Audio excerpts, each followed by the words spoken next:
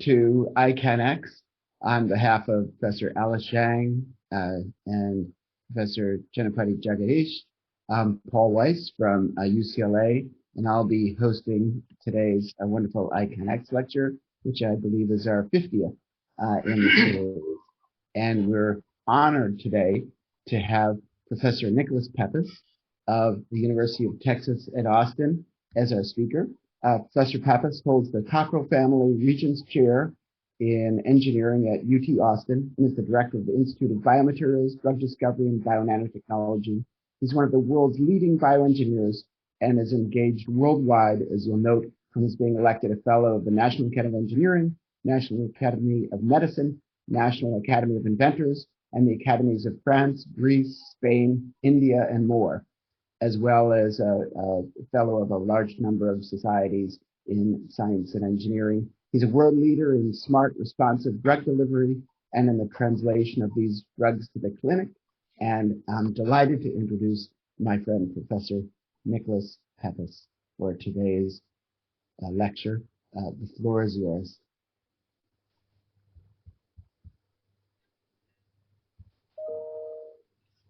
You should now be able to share.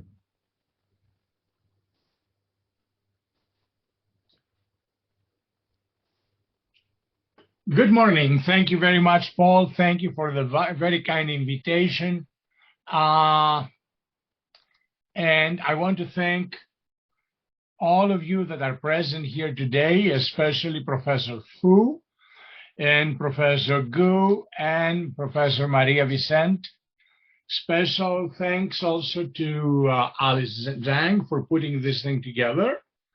I am delighted to share my view with you. I will be very scientific, perhaps translational, but at the same time, I want to be a little bit philosophical, because we live in a very, very unusual time, a good time of significant transitions in the scientific world and in the medical world. I have selected as a subject advances in hydrogels, especially for medical and pharmaceutical applications. And I know I talk to a lot of young students and young faculty. And I want to tell you, be excited about what you're doing. Be present in your world. Contribute to the world, contribute to the people. If it is not for you, if it's not for us, the world will not have a better future. People will be dying because we don't come up with new medical technologies.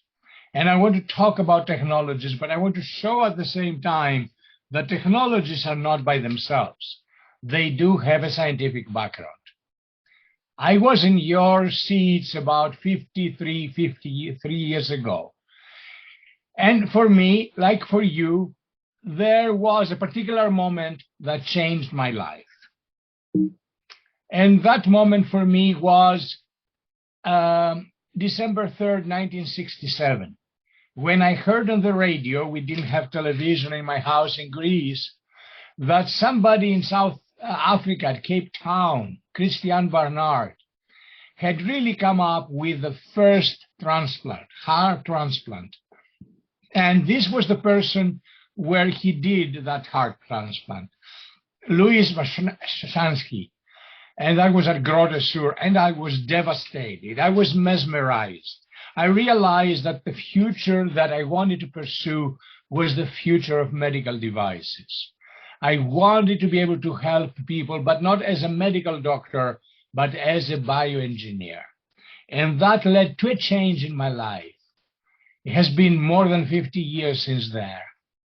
And of course, if you look at what we do right now in the field of biomaterials, you see that what we do is very, very similar to what we were doing 50 years ago, but with many, many changes as well. Look at the case of surgical applications of biomaterials. And I know during the discussion, my dear colleague, Professor Fu, might make a few comments about these surgical applications and so on. Of course, we need biomaterials with better mechanical properties. We need certain things that will be biodegrading, starting with sutures. We need systems that will adhere to tissues. We need systems that, of course, are non-immunogenic, non-carcinogenic, non-teratogenic, stable in environments, and so on. But at the same time, we need something that is an ideal system for patients.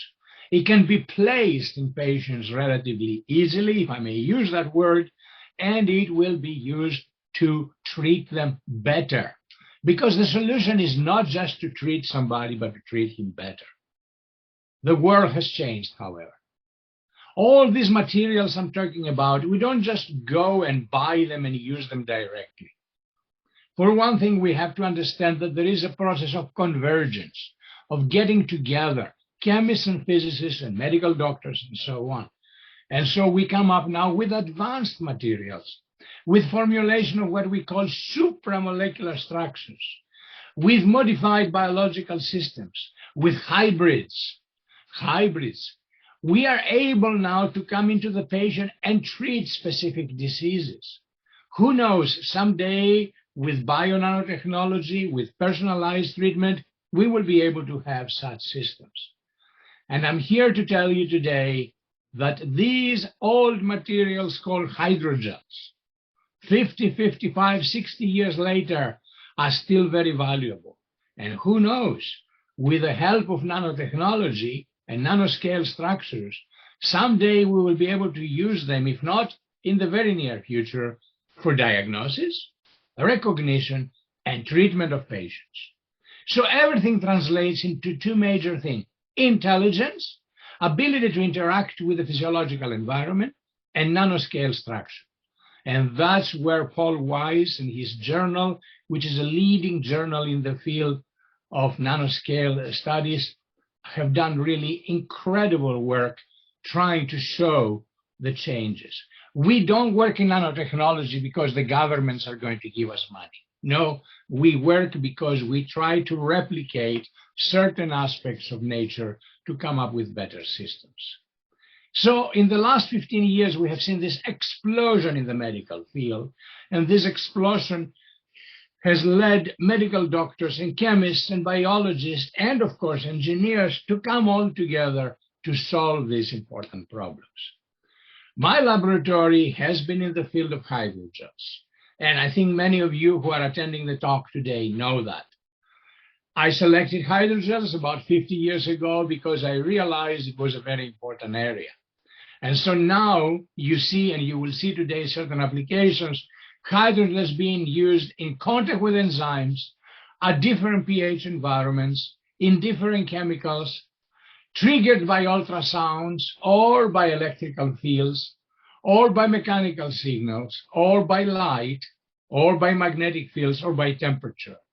Are they really so smart? The truth is this.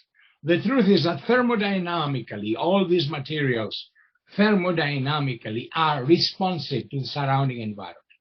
If you want to call that smart, that's fine. If that's going to explain to some people in the field what they do, that's fine.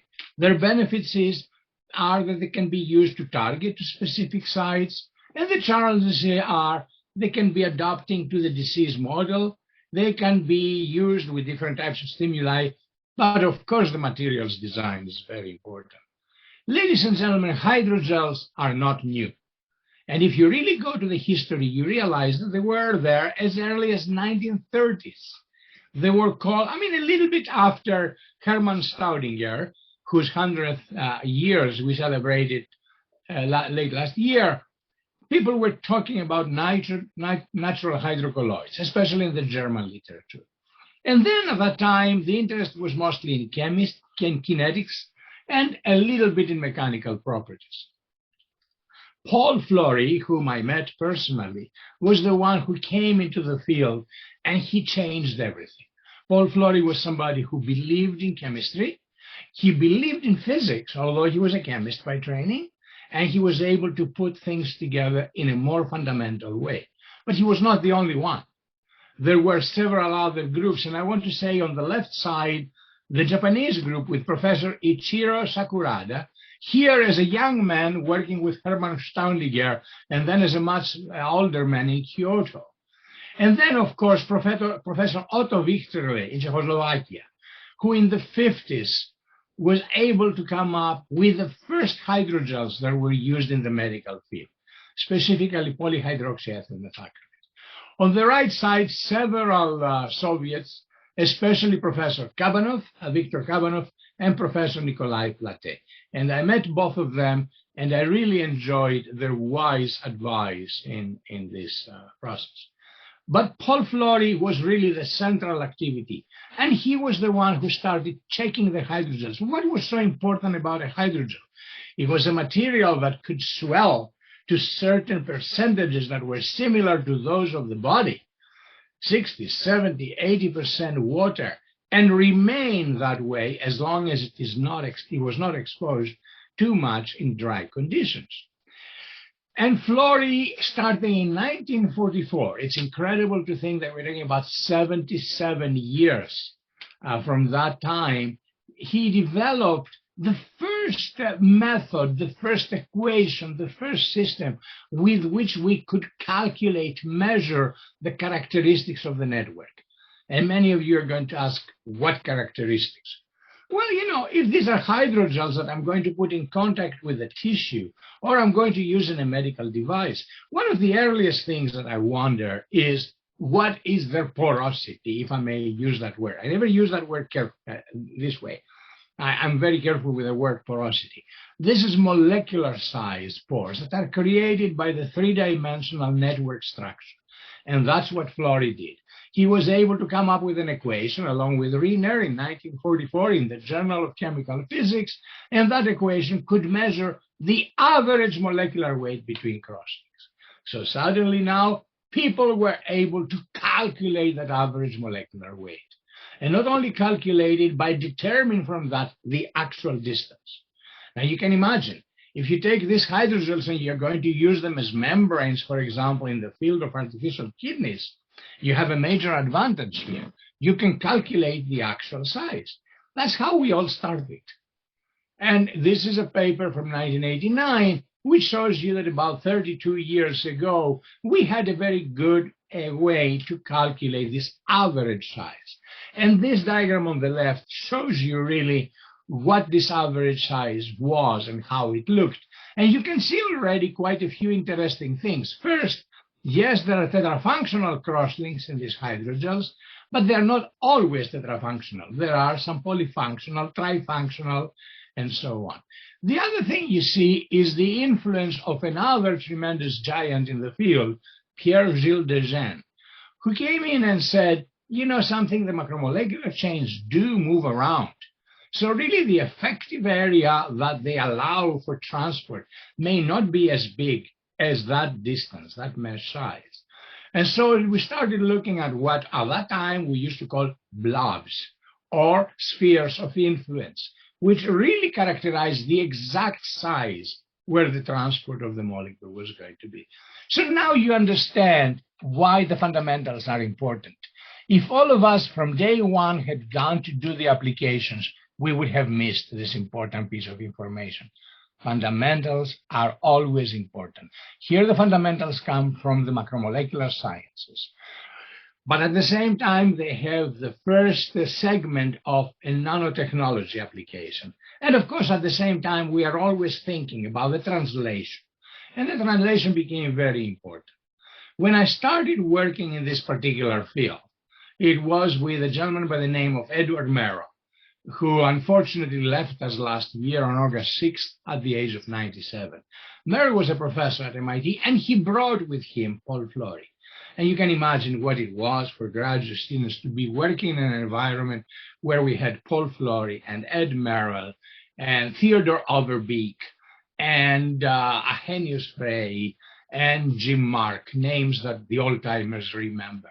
And one of the things we were able to come up with was a more exact calculation of the opening, the size, the mesh.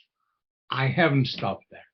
I haven't forgotten the field that brought me up. And those of you who follow my literature, you know that even in 2020, actually 2021, we have papers in the field.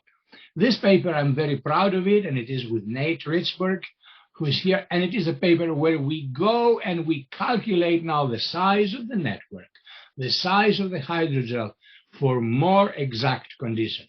You will notice here that now the size of the repeating unit is not two atoms only, it's 3 or 4. So basically, you can use this equation not only for carbon-carbon structures, but things like polyethylene oxide or polyethylene glycol. The other thing, we discovered that we can modify this equation for non-Gaussian networks. Others ways said for very cross-linked networks, very cross-linked hydrogels. And the final thing is we were able to go with Nate and add an additional term in our ionic equation so that we can correct for the donor equilibrium and so on in the previous equation we had developed with Lisa Brannon Peppas. So now we can analyze hydrogels that expand or contract at different pH conditions. And when you look at this diagram, I want you to understand how old and yet how young the field is. This diagram is directly from a 1949 paper in the journal Experientia. I don't know if the journal exists anymore, of Professor Kachalski. It was the first time that he showed that polyacrylic acid at a certain pHs would expand and in other pHs would contract. As you can imagine, I'm always very surprised and a little bit smiling when I see papers, today's literature saying, and we were the first one to discover the pH sensitivity of this material. And I say, well, the field is rejuvenated, thank God, with new ideas, but we have to remember always the old timers. So the result is we have now very exact equations. You look at these equations for the hydrogels and you say, it's difficult for me to calculate it. No, it's not. If you know the exact structure of your hydrogel and how it's cross-linked and where it is swollen and what the ionic strength is, and so on, you are able to calculate the molecular weight between cross-links. And of course, to come up with another thing that has happened in the last 30 years, and I throw it in because I know that Professor Maria Vicente, who is a graduate of Jean Frechet's laboratory, among others, has worked on and off in these areas very much. We always assume that we have tetrafunctional cross-links, but they're not tetrafunctional. If you have a dendromer that is used in order to create a network and a hydrogel, this can be very highly multifunctional. Therefore, with Nate Richburg and other students, we have been able to modify the original equations and come up with equations for calculating the molecular weight between cross-links. You look at the final equation and you are a little bit scared. I don't know all these parameters. I want to tell you all these parameters are well known. There is nothing fitting here. Everything is known a priori for your gel, as long as you tell me exactly the gel that you have made. Which brings me to the next point and one of my little points that I want to make today. You are working in the medical or other field with a new hydrogel, please characterize it from the very beginning. Please do not say, and we added this on that and we made this gel, and you don't make any other comment. How much unreacted material was left? What happens to the pores, the so-called pores, the meshes? What is the sequence of the chains? It's going to make a difference. It's going to make a difference, as you will see immediately, in diffusion, in other applications, but at the same time, it's going to make a huge difference when you take this material and you put it in contact with the body. And then you discover some adverse phenomena and adverse reactions with the cells that you don't know where they came from.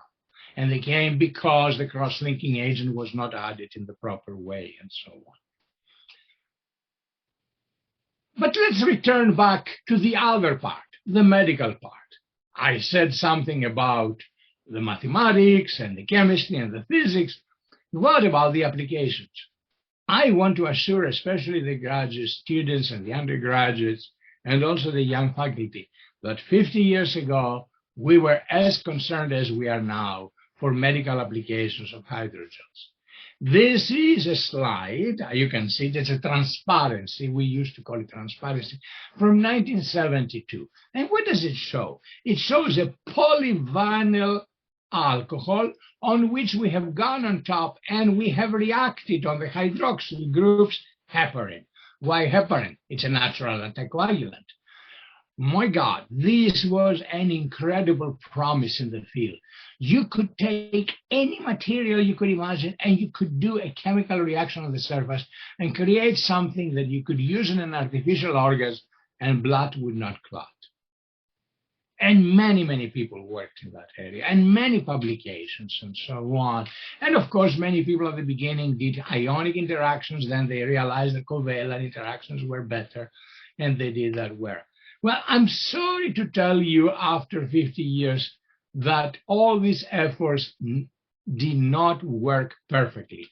And when I say perfectly, I want to say something very important. We are going to be working and we are working with patients. In patients, there is not something like, oh, all the data were good except for two. Two means two people becoming dead, okay? So I want to stress here how important it is for us to realize that whatever is new in hydrogels has to be done exactly in replication, and it has to be always something that protects the patient. If two patients died, then you don't have a good technology. Now, in this particular case, another thing that became very obvious is that not everything we will have in contact with the body would be in the form of tissue interaction. Some of it would be membranes or films. And then became again the question of what is the effective area for transport. Let's say you work on an artificial kidney. You want to separate creatinine, urea, uric acid from the blood and return the blood back to the body. You need to know exactly how this transport is going to happen. I'm not going to go into diffusion equations today, but I want to tell you that for many, many years, we have had a good appreciation of how the enthalpy, the entropy, and of course, other parameters such as the diffusional length affect the transport through these particular networks, through this particular hydrogel. And something that I want to say, and I want everybody to remember, is that this area here in the middle is usually an area that's filled by the gel. Only if you have an extremely highly swollen material, you may have just pure water and transport through the water. In reality, you have always transport through the water, the gel, water with a polymer together. But things were not always that good, not always that exciting. And like Professor Robert Langer a few weeks ago, who told you some of the old stories of how his first ideas and his first applications were turned down by funding agencies. I would like to tell you the same thing for hydrogels. 40 years ago, the field was not as popular as it is now. Polymer physicists at that time were not interested in networks and gels. They were considered too uneven, not very carefully designed, and so on.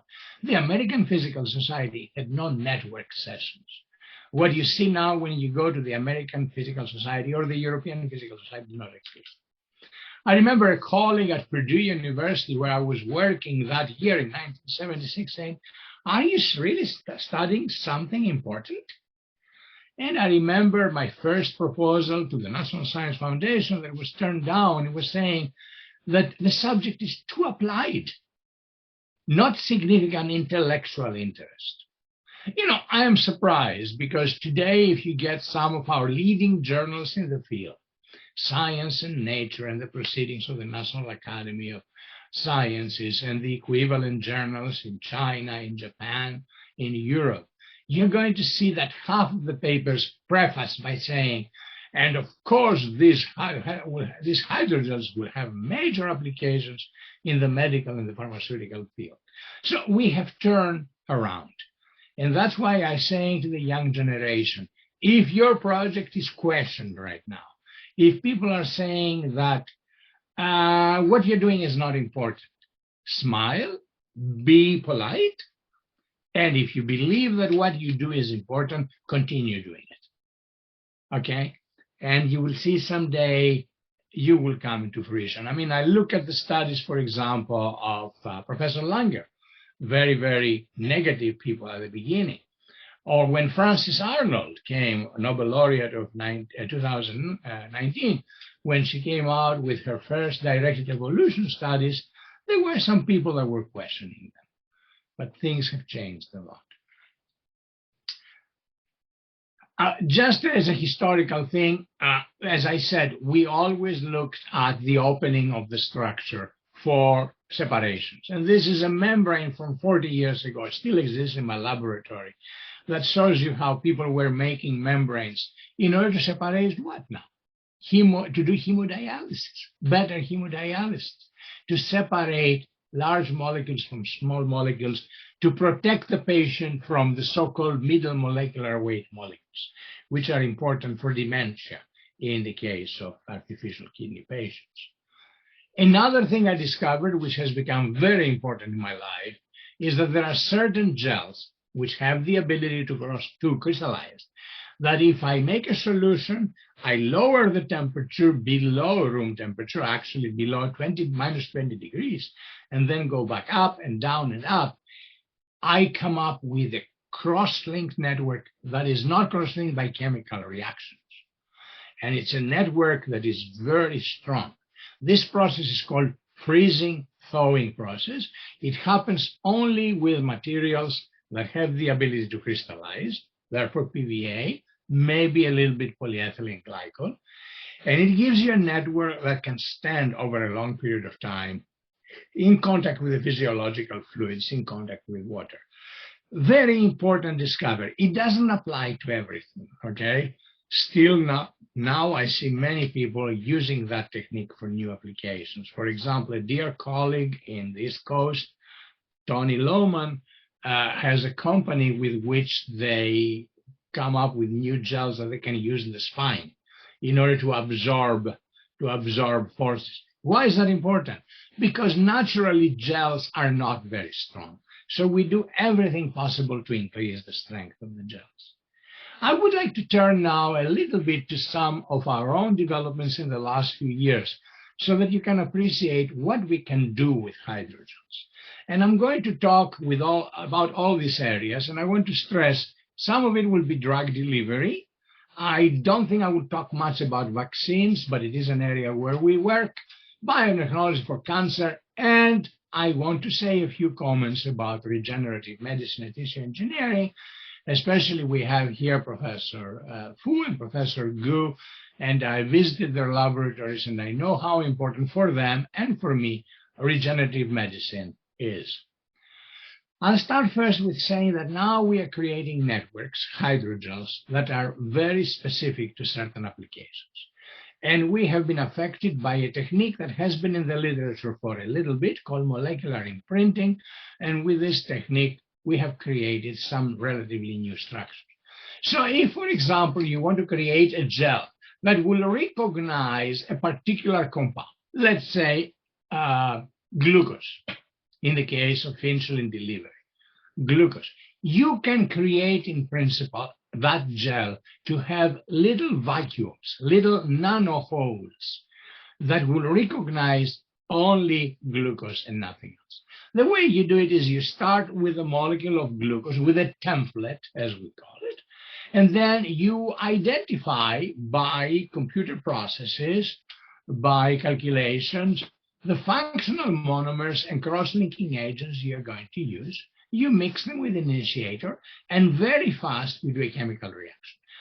I like to do all my reactions in the absence of oxygen. People say, why? It's very obvious. I don't want peroxidic groups inside my networks and so on. So I am creating this structure that has in the middle the template. Please be careful. Don't call it microencapsulated structure. This is not microencapsulation. It's not encapsulation as you know it in the pharmaceutical field. It's simply the engulfment of the active in there. But look what happens in the process. Please notice the functional groups that are blue. They are turning and interacting with the specific template. This is really the characteristic of the whole molecular imprinting process. Once I finish with that, I go through a purification process. I remove this template, and what do I have? I have a nanovacuole of the size of angstrom. That nanovacuole can really recognize this compound, glucose in this case, the undesirable compound. Can you imagine then I can have thin films, discs, particles, microparticles, nanoparticles that I could circulate in the body, and they will be recognizing the presence of that template. And that presence may be related to the disease itself. I'm going to be talking in a few minutes about multiple sclerosis. Multiple sclerosis is a debilitating disease that affects the nerves, and basically it leads to the removal of part of the myelin, okay? And with the removal of myelin, the patient has some problems being able to see and other side effects. I'll come to that. If we are able at a very early stage to grab the molecule or one of the molecules that is important or that comes out during the very, very early stages of multiple sclerosis, and that molecule is osteopontin, then hopefully we will have nanoparticles that can inform a doctor that something is happening to the patient. That's important, because with that application, you don't have to wait until an advanced stage of a particular disease and until going, in the case of multiple sclerosis, for an MRI in order to figure out, oh yes, I do have multiple sclerosis. This work has been done with these three incredible former PhDs. This is Marisa Wexler. She's a professor at the University of Texas at San Antonio. This is John Clegg. He is a postdoctoral at Harvard, looking for faculty positions. At this time, he works with Samir Mitragotri. And this is Heidi Calver, who was a postdoctoral with Chris Bowman Christiansen at Colorado. But one thing we discovered very early is that you can, although you can do imprinting throughout the nanoparticle and so on, it's better to do it on the surface. Why? You minimize the diffusional characteristics. Therefore, the molecule will be able to be recognized relatively fast. And a rapid recognition is important here. You don't want to have to wait for a long time for the recognition to happen. Those nanoparticles have to circulate and recognize what happened in the surrounding environment. Parenthesis, some of you will say, and how do they circulate and what happens with the body? I think one simple way, but not the only one, is to add on the outside polyethylene glycol. You pegylate the particle, not any pharmaceutical agent or anything, the particle itself. And we know now that with this pegylation, you can come up with what we call in English a stealth particle, something that will not be recognized by the reticuloendothelial system for some time. Now, when I say some time, I want to warn you, because I've seen publications where they say for a week, 2 weeks. Good luck to you. I don't think you will be able to do it for a week or 2 weeks.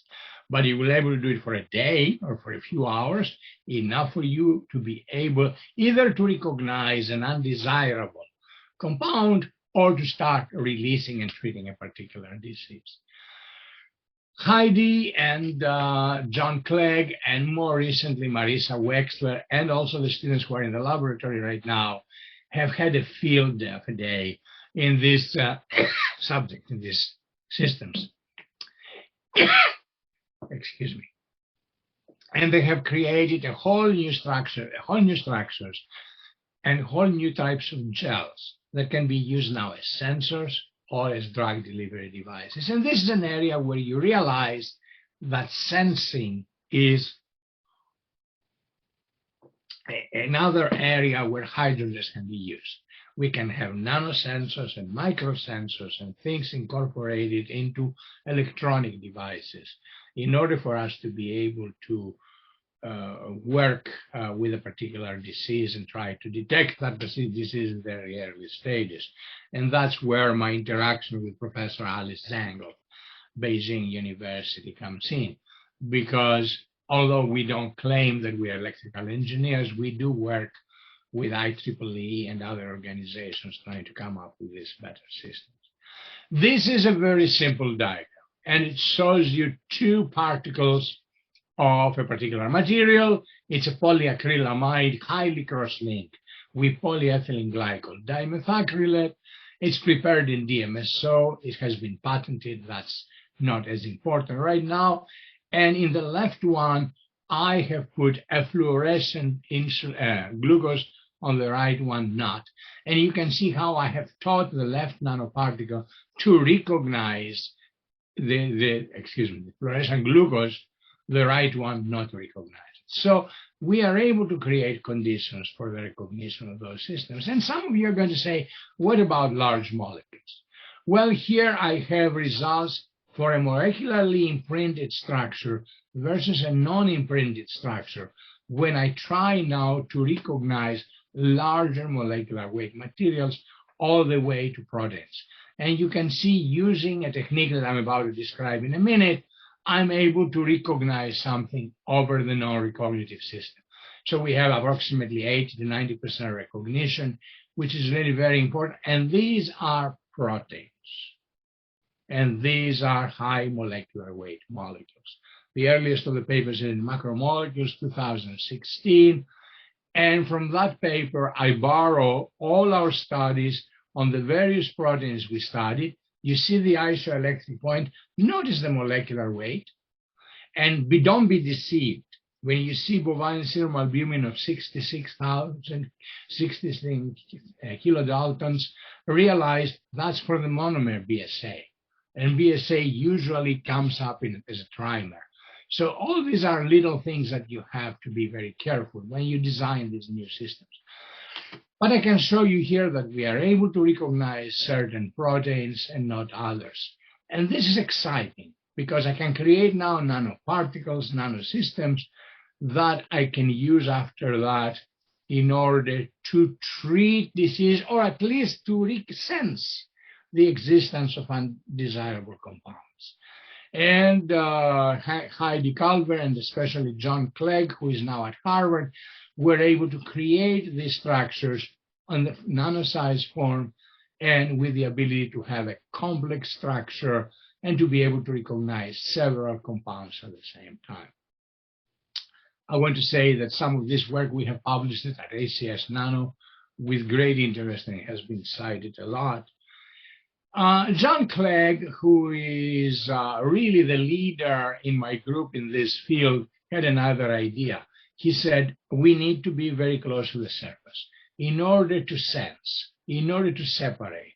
So what he did is he was able to isolate pores and to go on the surface in the beginning of the wall of the pores and add specific compounds. And he was able to add certain high affinity ligands.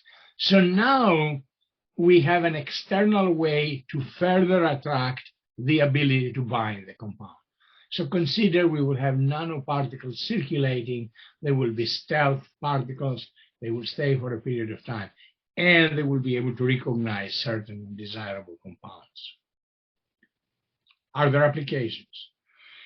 Well, about 6-7 years ago, Heidi Calver came to me and talked to me about a disease that I did not know, Sjögren's syndrome. And I started working on it, understanding it, and I discovered it's another autoimmune disease. And it is a disease that primarily affects the exocrine system. It appears in younger girls and, of course, in adults, more women than men. And some of the characteristics of the disease are so natural: dry mouth, dry eyes. And you know the answer. Most of us, when we hear that our child has dry eyes, we say take a particular droplets and so on. But it is much more serious than that. And it can lead eventually to cancer. So we started working on it. The first papers were in 2016 with Drew Murphy. Now we are working a lot in this technique, trying to identify, if possible, 3 biomarkers that these hydrogels, these nanoparticles, can recognize together uniquely. So that if those three biomarkers are there, that's a tremendous indication that we have the disease, the beginning of the disease, okay? And this is very difficult, and it doesn't happen for all the diseases. I'm showing you some data, and I always give you some references so that you can go and see some of the papers. But you can see here with 3 of these compounds, we are able to recognize what is happening in the system, and we are looking for specific systems. You look at what material does that, and it's a polydimethylaminoethyl methacrylate, copolymerized with methacrylic acid, copolymerized with acrylamide. Why is that working? Well, of course, we have gone through a molecular design and analysis, but we know that this part here is cationic, that part is anionic, and that part further describes and balances the hydrophilicity. I don't want you to take that as being an indication that it will always happen, but it is interesting how the designer can get information either through what I call a computational analysis or simply because of the understanding of the structure and come up with this structure. A few years ago, I was giving a talk at a society called the Control Release Society. It was 2 years ago. And a young man from Technion in Israel by the name of Avi Schroeder came to me, and we started talking about artificial intelligence. And that was really the beginning of tremendous work for our field. I now believe that artificial intelligence in the form of micro robots, in the form of little machines that will mimic cognitive functions, is possible to be incorporated even in these nanoparticles. So I have a feeling, although I work very little on it right now, that in the next generation of systems, we will be able to have nanoparticulate systems that are recognitive, releasing, treating, and at the same time, they will have the intelligence to make a decision. Because if you think about it, what is intelligence? It's feeding a particular system with millions of existing data and asking that system to make a decision in the particular time. Obviously, we're far away from that point, but I wanted to mention it. And please go to this paper, which I've written with Aliko Dem-Husseini, that many of you recognize, Angela Wagner, who is now at Merck, one of my star students, and John Clegg. It's in Progress in Material Science, and it talks about modular fabrication of intelligent devices for biomimetic devices. And at the same time, we started working. Those of you who are in China will recognize this journal. This is a journal of which I am editor-in-chief, along with Professor Zhang of Chengdu University. It's called Regenerative Biomaterials. It's published by Oxford. And in it, we started describing now how we can improve the response of biomaterials to the physiological environment. We were very much affected by another major application, tissue engineering. And so now we have a situation where these Swiss cheese type of hydrogels, I like to call them properly, molecularly imprinted hydrogels, can be used in drug delivery, but they can be used also as scaffolds, new intelligent scaffolds for the delivery. And here you see a nice paper, which is in the journal that is published by Professor Cato Lorenzin and other huge scientists in the field of regenerative medicine. We work in this field ourselves. This is the work of Maria Sevchuk. And Maria has been very much interested in how to create intelligent hydrogels that will stop and start again and will be able to treat a disease for a period of time and then stop and so on.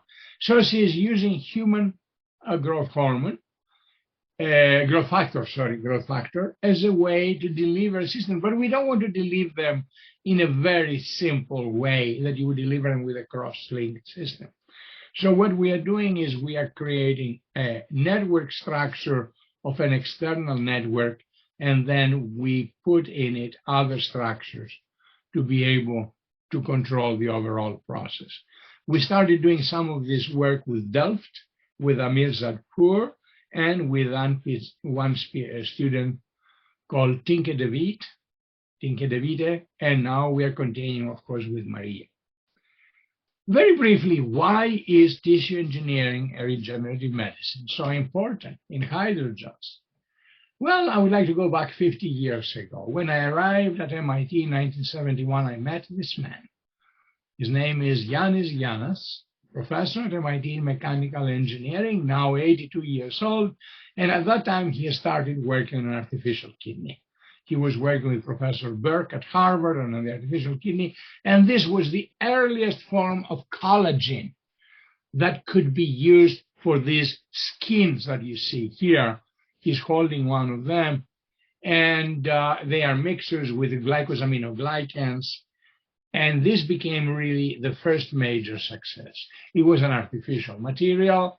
It was not anything to do with regenerative medicine, but it created in Yanis and all of us the idea that someday we could really grow cells. Some of you know that Professor Langer and I were classmates at MIT. We took the same class at the same time. We were very much affected. And that's why about 12, 13 years later, Bob Langer was one of the first ones to start the tissue engineering field. I don't have time to tell you all the things about it, but I'm presenting this especially for Professor Fu, because Professor Fu is one of China's leading scientists, if not the leading scientist, in trauma and treatment of diseases in hospitals.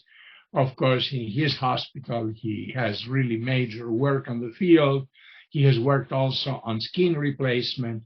And I wanted to simply point out the importance of these scaffolds in all these types of diseases, especially in the replacement of skin and other tissues.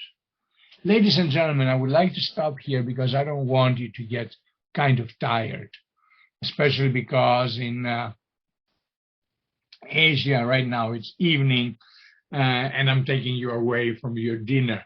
But I wanted to say that one realizes how important these little hydrogels that 50 years ago nobody wanted to work with have become, how they can be used in so many different areas. Here you are, a major application in regenerative medicine. It's an important field. I don't know if exactly my latest data are correct, but last year, 166,000 candidates in the United States only. And I cannot tell you, I have visited with Professor Fu several of his facilities, and you see many, many patients who have suffered from burns and so on. We have been in China, in Chongqing, and when we saw this incredible trauma unit, where they save people that have been burned over 90% of their body. 48,000 transplants were performed, but there are about 10% of the patients that died because we didn't have enough. So this is the reason for the regenerative medicine. And during the discussion, we can talk a little bit about what the future will be in that particular field. But one thing I can say is that we need better tissue engineering scaffolds for the various diseases, for artificial kidneys, for artificial livers, where Linda Griffith from MIT is doing magnificent work, for skin, and so on. And so we need especially systems that are scaffolds that will fast recognize what is happening in the surrounding system, and they respond to proteins, nutrients, and other agents. So we're talking about fast recognition systems. And this is something we have been addressing in the last few years with several of my students, but also with collaboration with others. This is a paper that appeared about 6 years ago, with Ali Kadem Hosseini and Ali Tamayol, who is now at the University of Connecticut, and several others, how to design the new class of regenerative materials based on hydrogels. Remember, those of you who are working on hyaluronic acid, it's a hydrogel. Okay, so you have a wide range of materials. And at the same time, I work continuously with Portugal. I work with Rui Reis and Pedro Granja and Manuela Gomez. And of course, these are my student, Marisa Wexler. You remember that name. We started looking at how to create intelligent scaffolds from gels. And we realize that we have to have cavities, we have to have specific compounds that release from those systems. This is a diagram that I show it to you so that you can appreciate how the structure is done. You can do this template inside the body, let's say in an area of a broken limb, or you can do it outside and bring it back in. And you can create scaffolds and you can grow the cells on top of the scaffolds and so on. And I can tell you, not with our own materials, but with other materials right now in San Antonio, which is about 1 hour away from where I am, we have a major unit, trauma unit, in which some of these practices are done. And I know that in China, there are several hospitals that do the same thing. The other thing I want to tell you is these systems can recognize different proteins. So here you have a system that has been designed to recognize several proteins at the same time. Now you're going to say, why is that important? Because they will be used as biomarkers for diseases.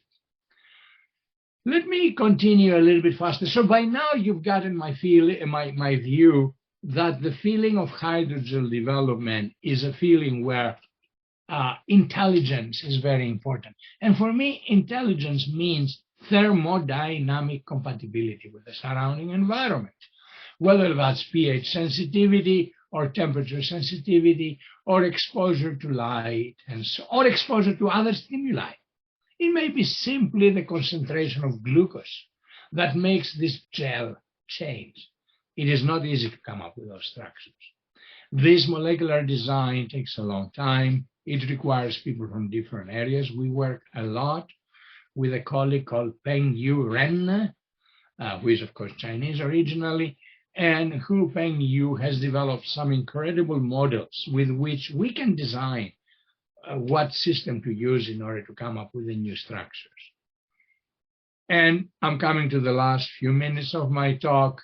Perhaps many of you know my love for drug delivery. So we are using some of these intelligent hydrogels now for drug delivery, not only for delivery and passage across intestinal walls or nasal walls or any other wall in the body and transport into the blood, but even for treatment and early stages of recognition, what we call theranostics. And there are now several diseases where we use these hydrogels. And one of these diseases is, of course, diabetes. Another one is treatment of osteoporosis using calcitonin. A third one is dwarfism. A fourth one is multiple sclerosis, and in general, several autoimmune diseases, and then hemophilia. I don't have time to talk about all these things today. I suggest several papers here because I am here with many Chinese participants. I wanted to point out this second paper, Wagner, Gran, and Peppas. It is in a wonderful Chinese-based journal called Acta Pharmaceutica Sinica B, which is published by Elsevier. Really wonderful work, and I think we have contributed a very nice paper there. Basically, we believe that these hydrogels can be used for oral delivery of proteins, basically bypassing the stomach, arriving in the upper small intestine, and delivering through all these layers our goods, the protein, into the blood. This is a very difficult process, and it's not easily designed. You will see some results with polymethacrylic acid and polyethylene glycol. It can be done with other systems. Other investigators like Katie Whitehead, Bob Langer, and Gio Traverso have done really wonderful work on it. And of course, I will be remiss if I don't say our colleague and panelist, Professor Jen Gu, has been an incredible source in the ability to deliver insulin, especially for treatment of diabetic patients, with several companies that are very active. And hopefully we will be coming back to that in a few minutes. In my case, we work these days not so much with insulin as much as with growth hormones and factor IX for treatment of hemophilia. Also a little bit with Humira and of course calcitonin. Notice that some of these materials have a high isoelectric point. Now, how exactly do they penetrate? How do the hydrogel nanoparticles penetrate through the intestinal wall? There are several ways: paracellular transport, transcellular transport, or transcytosis, or mediated endocytosis. And now the students and the professor, we need to be re-educated and better understand this transfer. And again, I want to say to all of you, especially to those of you who are younger and starting in this field, do what you want to do. It is very important. You will save people, but at the same time, be careful how to design your new systems. Don't just take some material, mix it with some polymer, come up with a gel, and then publish in some obscure journal something that says, we have discovered a new drug delivery system. No, you have to be scientists. You have to be exact. You have to repeat your data, and so on. So in my case, what I'm developing are systems that have the ability to mucoadhere. And here I can show you some results. One result that I think you've seen. These are some early studies of blood glucose level after we introduced the nanoparticles by gavage into the intestinal of Wistar rats that have been pancreatomized. And we see indeed a drop of the concentration of glucose.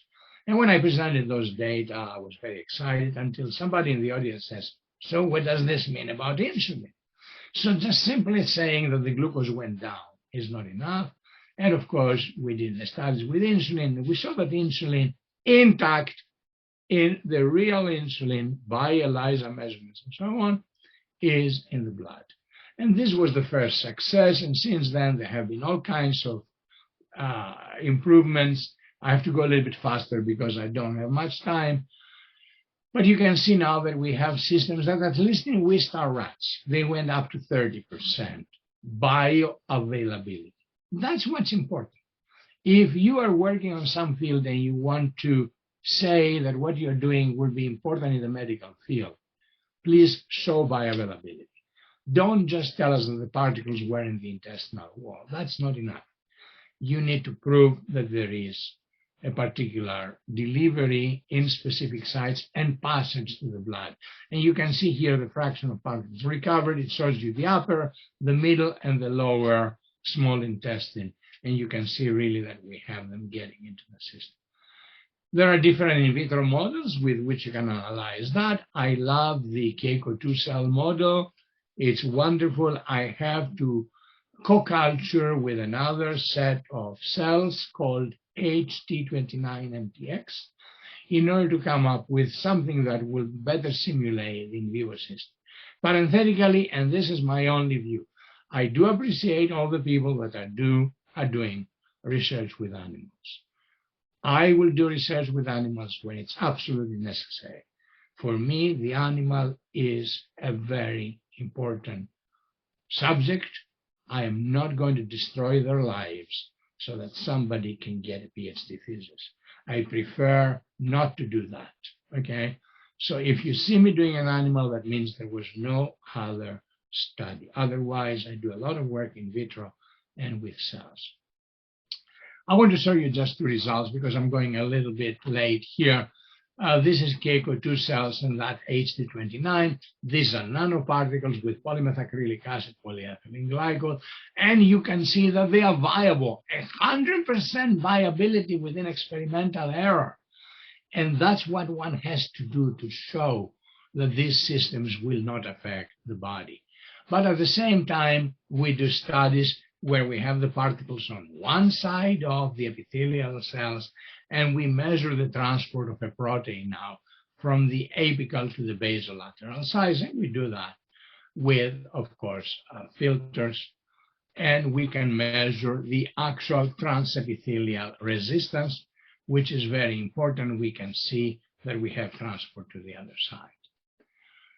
Another thing we are doing is transferring. Transferring conjugates with certain proteins here with insulin. I want to show you this little animation. This is transferring with a protein, insulin, conjugated, arrives in the stomach, nothing happens.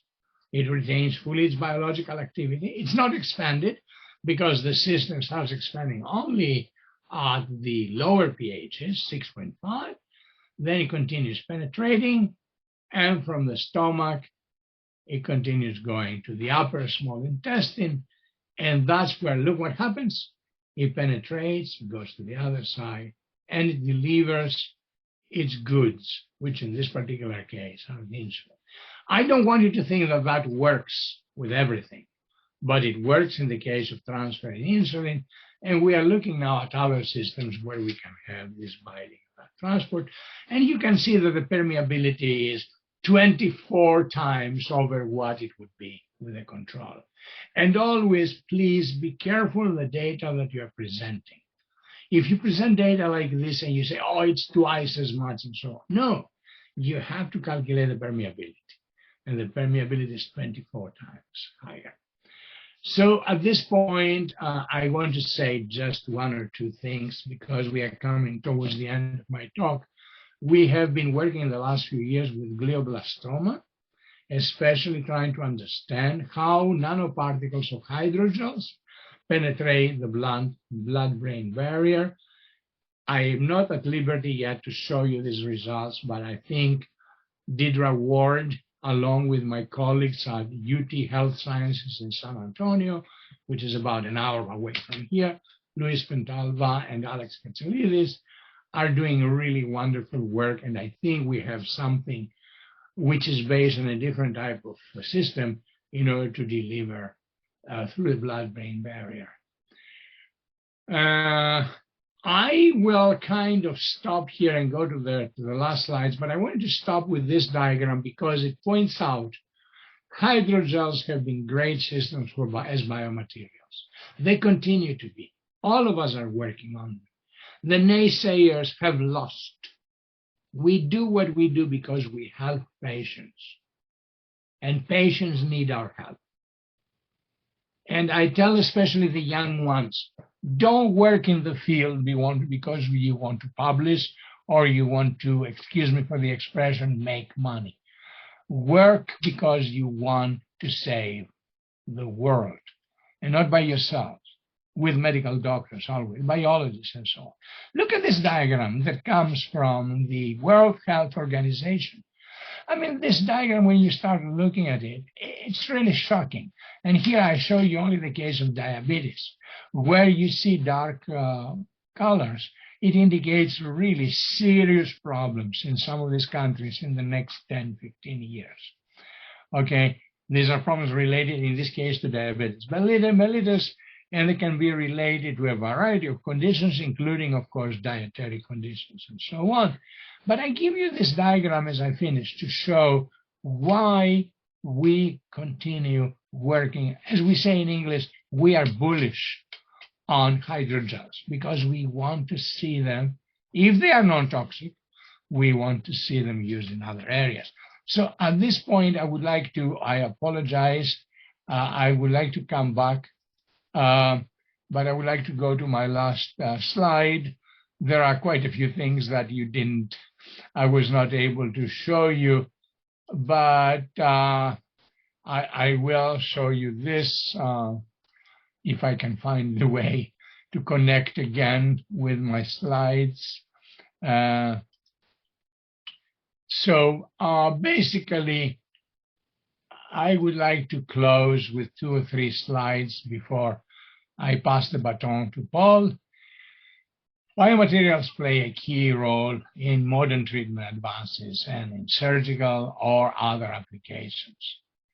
Of course, 3D printing is very important, as long as we don't damage our patients. How can a big country or a big world come up with thousands of millions of these devices? You saw it this year with the pandemic. In a very short time, we had to come up with billions of units that could be used for vaccination. The same thing is happening in our field. How many people are dying from diseases? We need to have the biomaterials ready. Of course, 3D printing would be a great way. But at the same time, we have to come up with new systems for automatic recognition and delivery. And hydrogels, for some reason, continue to be very important. So as I close, I say disease therapy is important. Biosensing is important, and regenerative medicine. And as I close, I want to thank these incredible students. This afternoon, we are celebrating a major event at 1 o'clock. And then at 3:30, we have Professor Cato Lorenz. It's 8 o'clock, yeah, 8 o'clock. In the morning, we have Professor Cato Lorenzin talking to us. But basically, we are trying to improve the quality of life. And as you can see, this group, these are people from all over the world.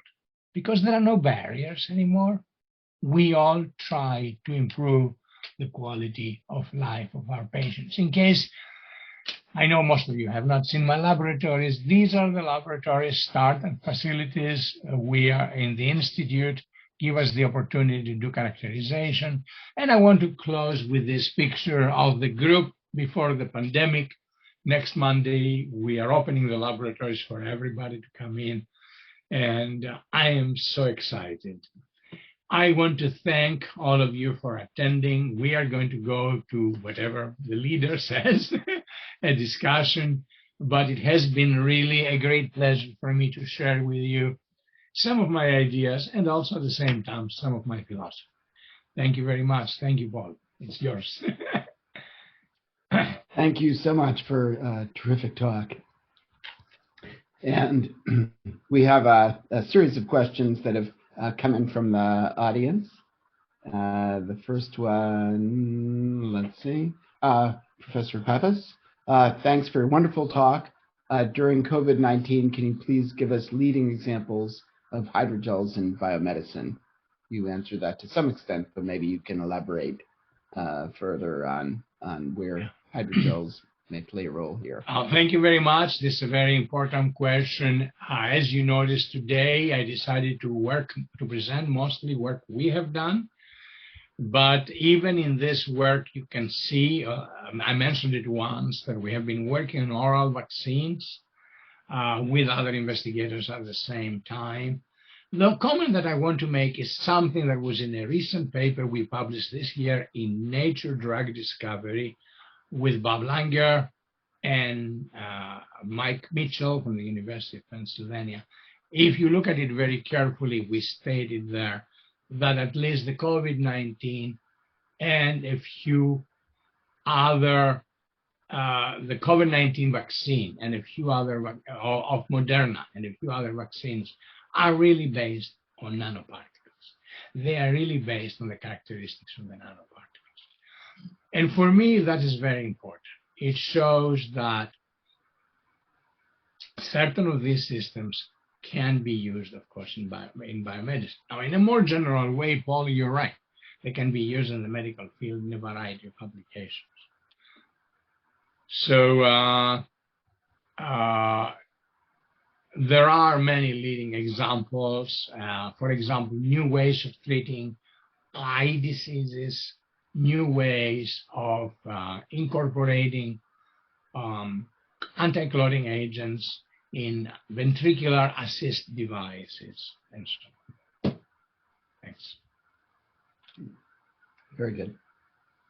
The next question is, can you please comment on the metabolites of the complex systems that you assemble, how you characterize them, and if the complexity poses difficulties in terms of regulatory approval? Thank you very much. That is a very important question. Let me say, in my laboratory, we start usually with very pure chemicals. We do what we call benign manufacturing. We avoid anything that we believe from the very beginning is carcinogenic. And if you notice in my laboratory, most of the work is with non-biodegradable systems. Even the systems that are used in drug delivery are non-biodegradable, with exception of one that I didn't present today, the siRNAs. The many studies that we have done show that we don't really have metabolites. We don't have metabolic activity in these systems. But I want to warn you, we don't do as many studies as perhaps a clinical laboratory would do. You asked me about regulatory approval. I have a different system than others. I come up with a system, I study, I come up with a patent, and then the patents goes to a company, or sometimes to my own small companies, but to a company.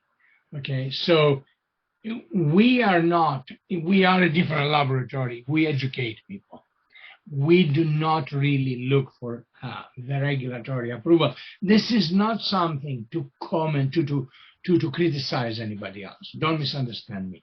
I look at my dear friend Zhang Gu. He is absolutely wonderful with doing from the very beginning, or Samir Mitragotri, from the very beginning, they will do these studies. I'm fascinated by what Dr. Fu does in his hospitals.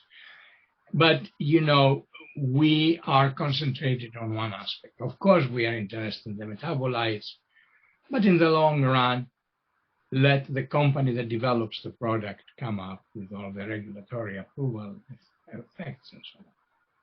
Thank you. Very good. The third question is, Professor Pappas, we feel that medical material science and chemistry are getting closer and closer.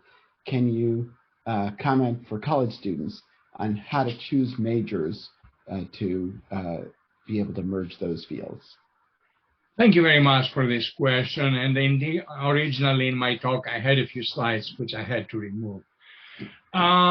It's very important that we all work together. I know there are some educational designs, and there are some barriers, if I may use that. You are in chemistry, you have to have the chemistry curriculum. You are in the medical school, you have to do the medical studies.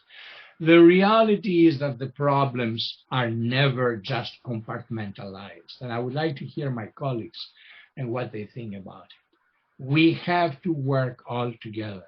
So my feeling is right from the beginning, and I don't know in which country you are, right from the beginning, make your curriculum something that has some basic courses that you think are important, but allows the students at the same time to take some, I will call them electives, or some courses with other people. And you know something else? Create a laboratory where you bring all these students together. In my laboratory, we try to have that interaction with different people. And I know the same thing happens at UCLA, in Valencia, and many other laboratories. So this is very important. We call that in English convergence. And it's becoming a standard in our field. And I know it has taken over also in China and many other areas. Probably there are some old-timers, and I am an old-timer, but I think a little bit differently. There are some old-timers who will say, oh, but the student has to learn only chemistry to get a degree in chemistry. Well, try to change them. Try to explain to them how the world has changed. That with just chemistry, you don't solve the cancer problem. You need to have other people. And one last comment, Paul, if I may want to say that. Don't go to the medical doctors and tell them, I know what you will do. You don't know anything. That's wrong. Sit down with your medical scientists and learn what the problems are. Learn, understand them, go and read them and so on. Then try to solve the problem. If you go with the idea that you know everything, that will not work well. So, thank you. Absolutely. Actually, your talk brought back a memory. I don't know if you know, my first research position was in Yoni Anas's lab as a freshman. I know you told me that, yeah. So actually, his advice was, he was trained as a physical chemist. He said, go learn physical chemistry and then go move into a different field and apply that perspective to the field, and you'll make important headway, which I guess arguably we've been doing.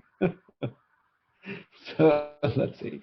The fourth question is from Fei Li at Zhejiang University. Professor Peppas, could you please comment on how to combine organ engineering and tumor treatment, and does it make sense to do so? Well, how much time do you have? Let me give. We have a little bit of time. Maybe we can vector. It's a wonderful question. On how to think. Let me give a first answer. From studies on tumor treatment, from what is available and what you have learned, get the salient points of what will be needed to treat this disease. and then start designing by reverse engineering the organ or the system or the device that will treat this particular tumor. For example, you're new in the field and you want to treat one particular tumor. Don't start with the obvious. Oh, I'm going to make nanoparticles and I'm going to decorate them and they are going to go and sit on the tumor and treat the tumor. Please read the literature. You're going to find what my good friend George Georgiou, who is also a member of the Academy, says. We have treated millions of mice, but no human person yet with nanoparticles. So what I'm saying is, read the biological aspects of your disease, like I did with the Sjögren's system. Identify something that you think you can contribute and come up with an organ, a device, a system to do that. And unless you are in a great laboratory like Professor Goose, because I noticed the university where you are, realize that you will have only certain limitations. You cannot solve everything, okay? Some laboratories are blessed. Langer's laboratory at MIT, David Mooney's at Harvard, and so on. But many other places have limited resources. Still, they can contribute to the field. So always positive, but always focus on what you can provide and learn the literature first. Very good. Well, now it's my pleasure to introduce our panel for further discussion. And first, I'll introduce Professor Xiaobing Fu of the Hospital of the PLA. He's an academician of the Chinese Academy of Engineering and Chinese Academy of Medical Sciences, and most recently, the U.S. National Academy of Engineering. He's made significant contributions in trauma, especially in growth factors and stem cell biology, tissue repair and regenerative medicine. He's chairman of the Asian Wound Care Association, the president of the Chinese Society for Biomaterials, the president of the Chinese Tissue Repair Society, and president of the Regeneration Society, and is the special guest of our speaker. Our next panelist is my friend and colleague, Professor Zhen Gu, who's currently Dean of Pharmacology at Zhejiang University and retains a position in bioengineering here at UCLA. He's one of the world leaders in nano delivery and one of our strongest supporters at ACS Nano, along with Professor Peppas, as you heard. Like Professor Peppas, he's also an editor at Science Advances. And our challenger today is Professor Maria Vicente from Valencia, where she's becoming a leading figure in polymer therapeutics and polypeptide therapeutics. She's the executive editor of Advanced Drug Delivery Reviews. Welcome, everyone, and please, yes, everyone has your cameras on. So maybe let's give the first comments to Professor Vicente. Thank you very much. I really enjoy the talk from Professor Peppas, and I'm really delighted to be here sharing this panel discussion with such enormous figures for the field and really from the different synergistic areas, because I do agree with many of the comments that Professor Peppa was saying towards convergence, and he knows, and that I have exactly the same politics as my PhD was in organometallic catalysis and material sciences, and then when I moved to the postdoc, I was enjoying so much learning about biology, and many people in Spain at that time was still a lot of conservative thinking, saying, come on, where are you going? Because you will never be able to have a position. And I do believe to really move forward in the field, I think we really need to learn from many different disciplines and listen to the needs in the patient. And so we need to look at that also. So I fully agree with that comment. And I'm coming from the field of nanomedicine, polymer therapeutics. I've been working a little bit also with hydrogel, with these cross-linking systems, supramolecular assemblies. And as a challenger, this is my role here today. You know that I do like, as an organic chemistry by degree, we do like a lot the covalent binding interactions. And when you are working or you are trying to combine the beauty of the hydrogels, bioresponsive, intelligent, smart materials with a link in chemistry, I believe we have many points of synergism, and we are developing really these hybrid parts.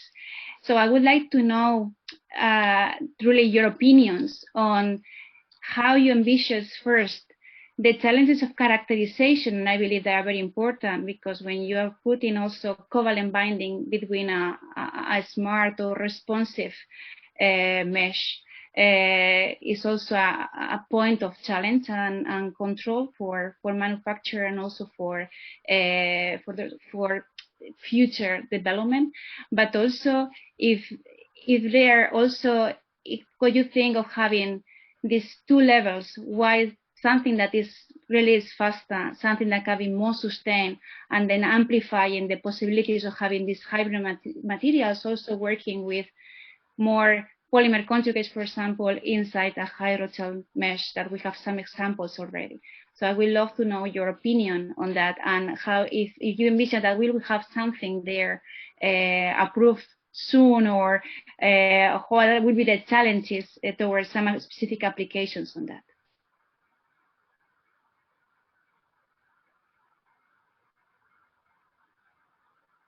Oh, you're muted. Do you want me to be the first one, or you want the panel? Oh, yes. No, please go ahead. Yes.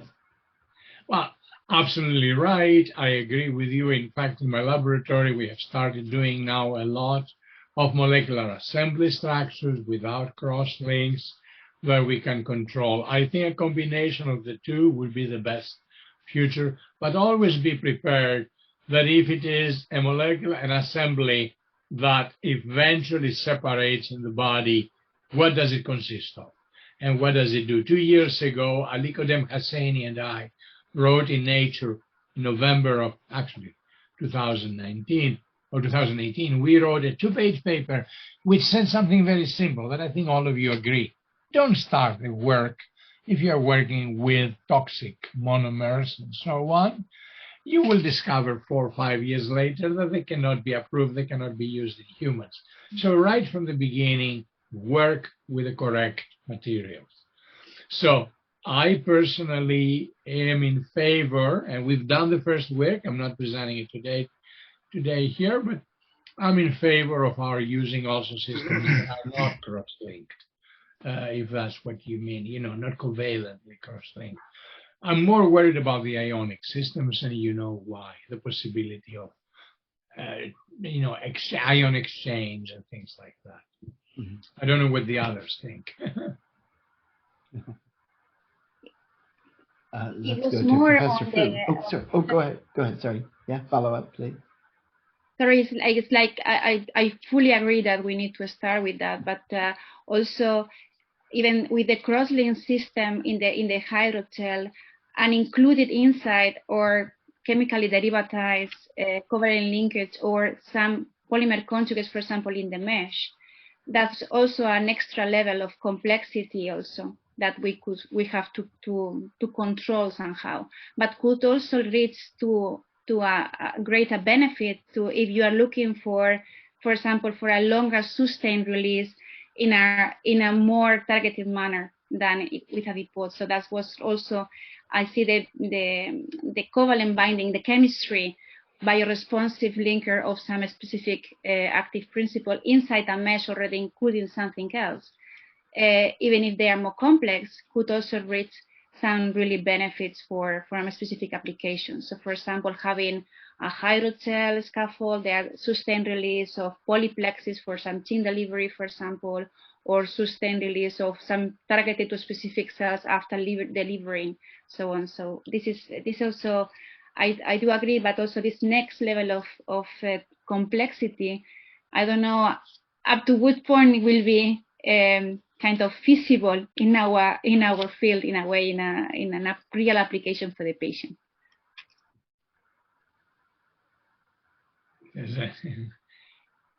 I fully agree with what you said. Okay, maybe your generation will take over and do the remaining things.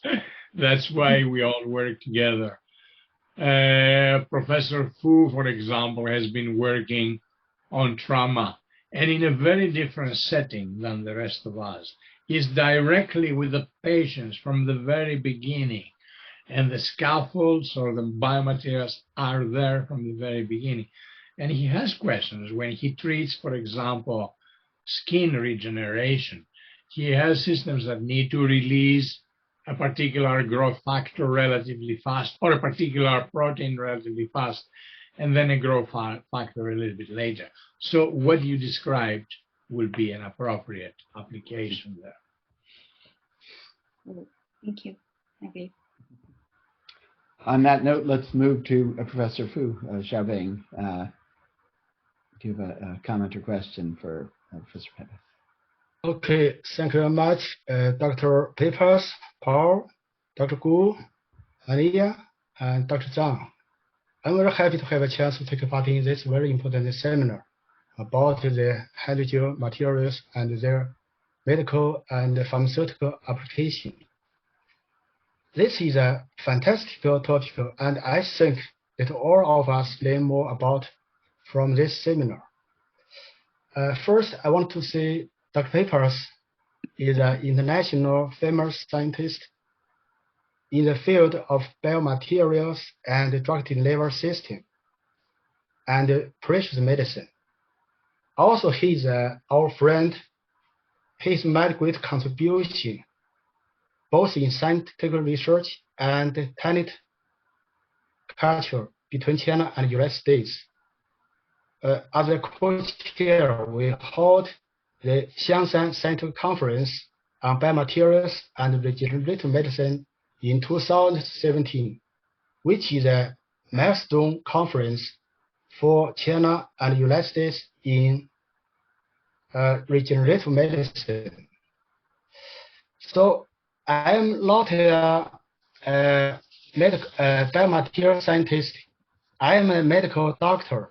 So my work focuses on the traumatology, especially in emergency medicine and skin regeneration, as mentioned in Dr. Peppers. We use the biomaterial to help the skin regeneration, such as collagen, satin, hydrogel.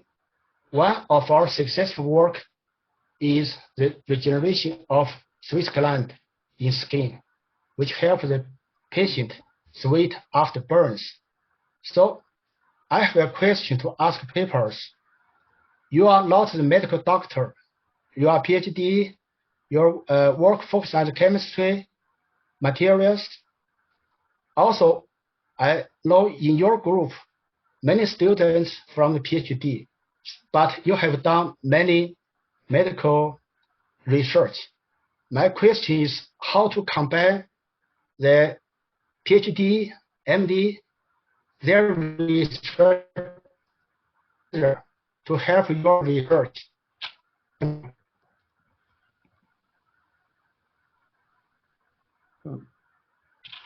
afraid Professor Fu is... I think, okay, very good, but I understood the question. Thank you very much, Dr. Fu. Very important question. Our system in the United States and Canada allows us a certain flexibility. So a student, undergraduate or graduate, because I want to tell you, undergraduate students are very important in my laboratory. They start working as freshmen, and we are celebrating the graduating seniors this afternoon. But anyway, to come back to the question, from the very beginning, after they learn the fundamentals of chemistry and physics and mathematics and engineering, I bring them in contact with the medical doctors. We have an excellent medical school. There's another excellent medical in San Antonio, and there is, of course, a great one in Houston and a great one in Dallas. And we are all learning. That's what I tell them from the beginning. Go in there with Luis Pentalva and learn about glioblastoma. Don't show up and say, I have these particles, I'm going to solve the disease. This is the same thing I did with you when I visited Beijing, okay? And I went with you and I spent several days learning everything that I could learn in those few days. And only then can we understand how we can contribute to the problems that you have and to your needs. So that's what I'm telling my students. Be nice, be be humble. It's an English expression, be humble. Don't show up and say, oh, you don't know anything. You didn't read the literature. The literature is not everything. Listening to the leaders who work in the field is important. So thank you for that. We are able to do it flexibly in the United States and Canada. I have done it in Europe sometimes. I have to say that it may not be as easy because some countries have some barriers to this type of interactions. I don't know, Maria will tell us, or perhaps Paul, who travels all over the world. But you are very right. You really need to have the students very close to the medical practitioners from the beginning. Okay, thank you. Terrific. And let's go on to Professor Zhengu, and I will comment since Nicholas brought it up. You know, one of the advantages we have here is having all of science and engineering and medicine around one courtyard, and a key component of that when he was here was Professor Gu. So one of the things that my students and I did was take his class in bioengineering, which was all about drug delivery and just extremely informed. We actually wish we had recordings to watch reruns. So, Zhen. Yeah, thank you, Paul. Yeah. So the fabulous talk, for in class, always wonderful talk. So here's my question. I think you are not only an exceptional scientist, but also a very productive, high-impact educator. Many of your students have been elected to national academies. So could you please share some purpose formulas regarding training students? Thank you very much, Zen. And without getting too emotional, a few months ago, we celebrated the 1,000th student who has worked in my laboratories. And that is really incredible. 45 years. I connected with the very first student who is in Sydney, Australia, and he reminded me how he learned what he learned. I am a catalyst and a passionate supporter of my students. I teach them from the very beginning the fundamentals, the medical applications, the other applications, but at the same time, I will do everything possible to support them in their activities. I'm available as their advisor 11 o'clock at night, midnight. Last night I had a call at midnight, and I always answer to what they want. I try to suggest a few things. The world has changed. And that's what has led to many people recognizing many of these people. Look, my comment is very simple, and it's not for you, it's for the whole world and all those who listen to us. Being a professor is not a job. It's not a profession. If you take it that you will show up in your office at 8:30 and leave at 5 and take 1 hour for lunch, you better relearn why you are doing what you're doing. I'm approaching my 73rd year. As long as God allows me and as long as my health is good, I'm going to continue working. Because we need to teach the young generation as equals, as a little bit more, understanding a little bit more of the field, but we need to teach them, bring those values, bring those ideas, especially in societies where those ideas have been forgotten. The last few days, Zen, I was in advisory board meetings of journals, waking up at 6:30. And what I heard is, oh, we cannot publish in this journal because it doesn't have an impact factor of 5, and our country will not accept that. This is rubbish. You publish in a journal because you're proud of your work. When I go to ACS Nano, I publish because I think the nano community has to know what I have done. Not because, of course, you know that ACS Nano has an extremely high impact factor, but you don't go for that. So my comment is very simple. I teach my students to listen to others, to work in a variety of areas, to be deep, not to just do a superficial treatment and so on. But at the same time, I remind them, we do what we do because we want to help the patients and we want to help the citizens. Some of the work that I didn't present today on hydrogels helps the citizens in general. It's consumer products, cosmetic products, other applications, okay? And, and I'm going to continue doing it as long as my health allows it. I miss the interactions with the other countries. I'm pretty sure typically by now I would have used 100,000 miles, and I'm pretty sure Paul does the same thing. Paul and I travel a lot. But the Zoom allows us to work and interact anyhow. So thank you for this question. It's a very personal question, but a very good one. And, I don't criticize those who take it as a job, but it's not a job. It's a mission. It's a mission. Being a professor is like being a religious person that goes around and promotes something that he or she believes in. Thank you. Maybe I can amplify two of those points. The first about the journals. It's really important to publish papers in a journal that has the right audience. And I hope our listeners will just ignore the meaningless metrics associated with the journals and find the place, as we just heard, where you'll reach the right readers. Look for papers in the journals that you're reading to put the work together. And the second part, I would take it even one step further about leading a research group. It's like having a family, and it's like having a family in Fast Forward, where we have students for just a few years, but then they're connected with us for the rest of our lives and theirs. And you heard throughout the talk today about both the work of the students and postdocs, but also the fondness and the support in following their careers that, for which Professor Peppas is famous. So thank you for what you've done for the community by bringing this very big family together and supporting them and your further academic descendants throughout their careers. I think let's return to Professor Vicente for another opportunity. Challenging questions. to challenge. I don't like the word challenge so much because it's not really what it is, but for commentary on and questions.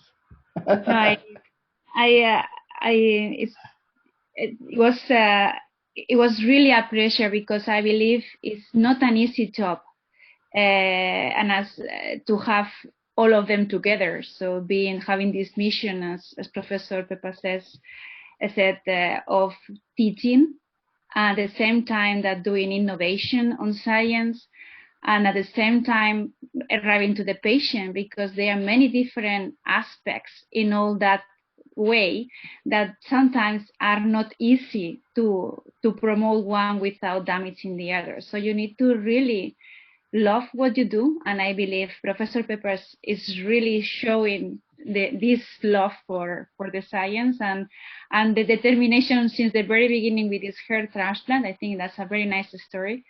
And I think we have a lot to learn and to listen what has been done and continue innovation. I think we wish there were many people in the way to have all these missions so clear.